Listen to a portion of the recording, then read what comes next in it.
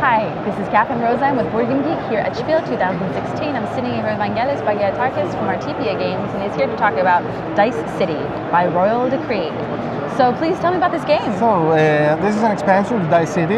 It is our third expansion, and it's actually the biggest expansion so far. The first ones were kind of smaller. This is a larger box, and this is not just about adding new cards to the game. We added some more elements to it. The biggest inclusion, the biggest thing that it has, is this new board. Mm-hmm. This is an extra board that comes. It's actually double-sided. It has different locations on the other side of the board, and it comes with 4 green dice. Now, one for each player. Now, in the game, the players have 5 colored dice, which they roll, and with this expansion, they roll the green die as well. But the green die is always placed here, and doesn't interact with the other dice. Okay. It's on its own. You cannot move it with the other dice, nor can you use this one to move the other ones. However, depending on where it lands, it has an ability that you can use. The catch here is that in order for you to use the ability, you have to leave a resource on the card. So if, for example, I was player 1 and I had rolled a 2, I would have, and I wanted to use the regular army, I would have to spend 1 resource and leave it here. For example, 1 wood. All right. Yeah. However, the other option I have is, instead of performing the ability, is that I can take all the resources on the card. Ah, so this would be... So if, for example, I use it and I leave 1 wood, another player later on uses it and leaves 1 iron. The third player may say, okay, I don't want to use the ability, but I'll just take all the resources that are there. So it's a very nice dilemma that you're always on. Okay, do I go for the resources? Do I go for the ability? What do I do? And am I going to add more resources there and then help someone else afterwards? I mean, I can use the ability, but I will lose one of my resources. Do I want this or not?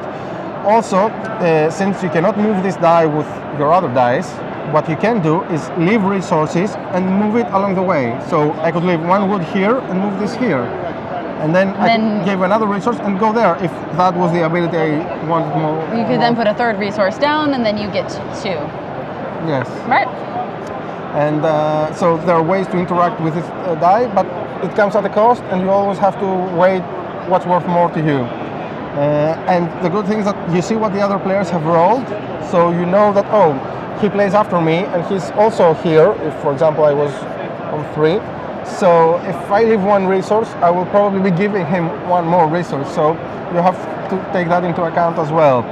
It plays very nicely, and this side has harvest locations that give you more resources. The other side is more advanced buildings. It has the mint, the blacksmith, for example, the Grand Manor. These are locations that you use normally in your main game to create an engine and do what you want. Here you have them right from the start.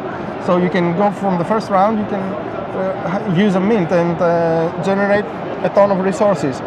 It's more powerful, it makes the game more swingy, but also more fun for the players. And you have the choice to play exactly, each way. You can do what you want. We also added these tokens for the army strength. Nice little swords, yes, I like them. That's exactly what I was thinking. All right, so these are used because when I said that you can place resources here in order to move your die, you can also spend army strength in order to move it. Ah. So if I have, for example, generated 4 army, I can spend this here and now be left with 3 army, but I didn't give any of my resources to do that. And the other player that will get it will then increase their army. Exactly. So that was because there are some strategies where you don't need that many resources, where you go for military. So it didn't make sense for that player to have to spend resources on the board. You wouldn't use it at all. But by using the army, now it's important for him as well. He has ways to interact with it. Exactly. And we also have locations that work with that. Looks like there's also a lot of new cards in the box. Yes, now we have new locations, but the more exciting thing, because it's shiny new, are the Queen's Plans, are these cards. Have a nice little back with a crown, which are basically objectives. They give the players exactly. They give the players something to go for. However, they have a nice catch. Each player is given 3 at the beginning of the game. He discards 1. They keep the other 2. 1 is placed at the center of the table, common for everyone. The other is hidden. So you can say, okay, I will go for my secret objective, or I can go for any of the available ones. And there'll be as many common ones as there are players Exactly. in the game. However, the game incentivizes you to go for your hidden one first, because as soon as the one player fulfills his secret objective, all the secret objectives become common ones. So if, for example, your secret objective is this one, to build a location of its type, and you're keeping it, but somebody else does his objective first, then you put it down, and someone else may claim it before you. So you have to rush to do it, and of course they will award you with extra points. Finally, with the cards, they're a one-time thing, so whoever does it first will get those. Yes, exactly. And the last thing with the cards, we added new abilities, okay, obviously, but we played with a keyword in this set. It's called presence. This effectively counts the number of dice remaining on your board, and it says that you have to. This ability can only be used when there are that many dice left on your board. So when it says presence 0, it means that it must be the last ability that you activate in your city.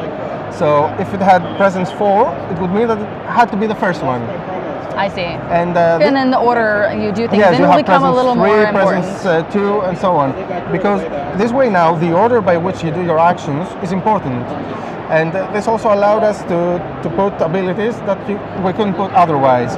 For example, you have an ability that says double the strength of your army. That's a very powerful ability if you do it, if it's the last die that you use.